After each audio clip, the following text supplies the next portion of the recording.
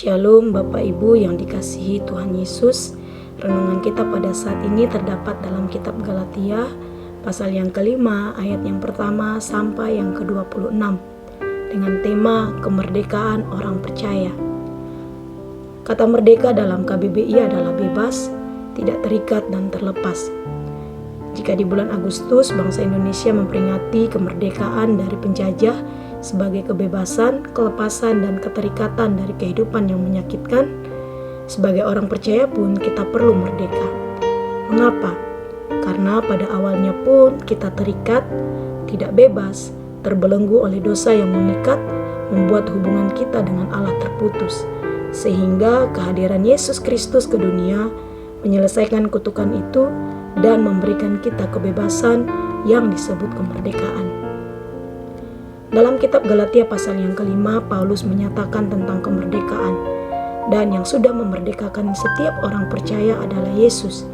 Pada pasal yang kelima ini, Paulus sangat menekankan hal ini karena terjadi sebuah masalah di mana ada segelintir orang yang mencoba mencampur adukan tentang sunat sebagai ketaatan kepada hukum Taurat terhadap jemaat yang ada di Galatia.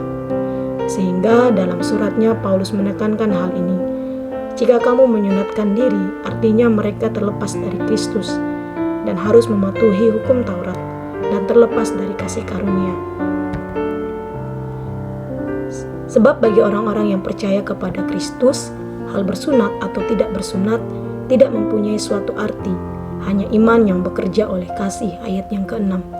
Artinya hal bersunat atau tidak bukanlah menjadi patokan kasih Allah bekerja, melainkan setiap kita mau percaya kepada Yesus sebagai Tuhan dan Juru Selamat yang menyelamatkan kita dan membebaskan kita dari belenggu dosa, itu menjadi dasar mutlak kita memperoleh kemurahan Allah.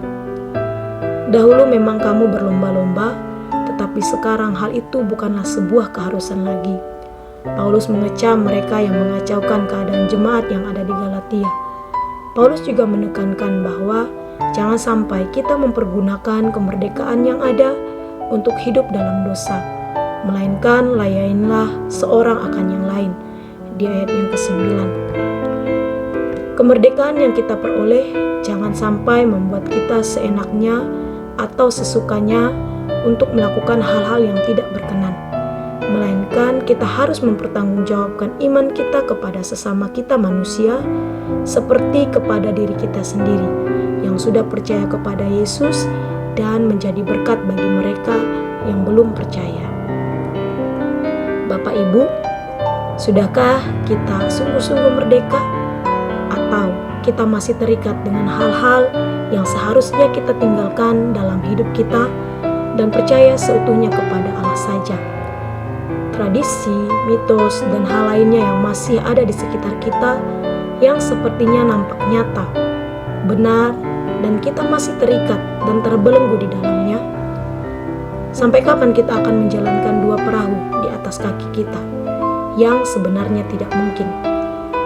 Sebagai orang yang percaya, haruslah kita renungkan kembali apakah hal tersebut sesuai dengan firman Tuhan atau tidak. Jika tidak sesuai, maka tinggalkan. Tinggalkan kehidupan daging seperti pada ayat yang ke-19 dan 20, dan hiduplah dalam buah roh seperti ayat yang ke-22 dan 23, sebagai bukti kita hidup dalam kemerdekaan yang sudah diberikan Allah. Demikian renungan kita pada saat ini. Selamat beraktivitas, salam sehat, Tuhan Yesus memberkati, Shalom.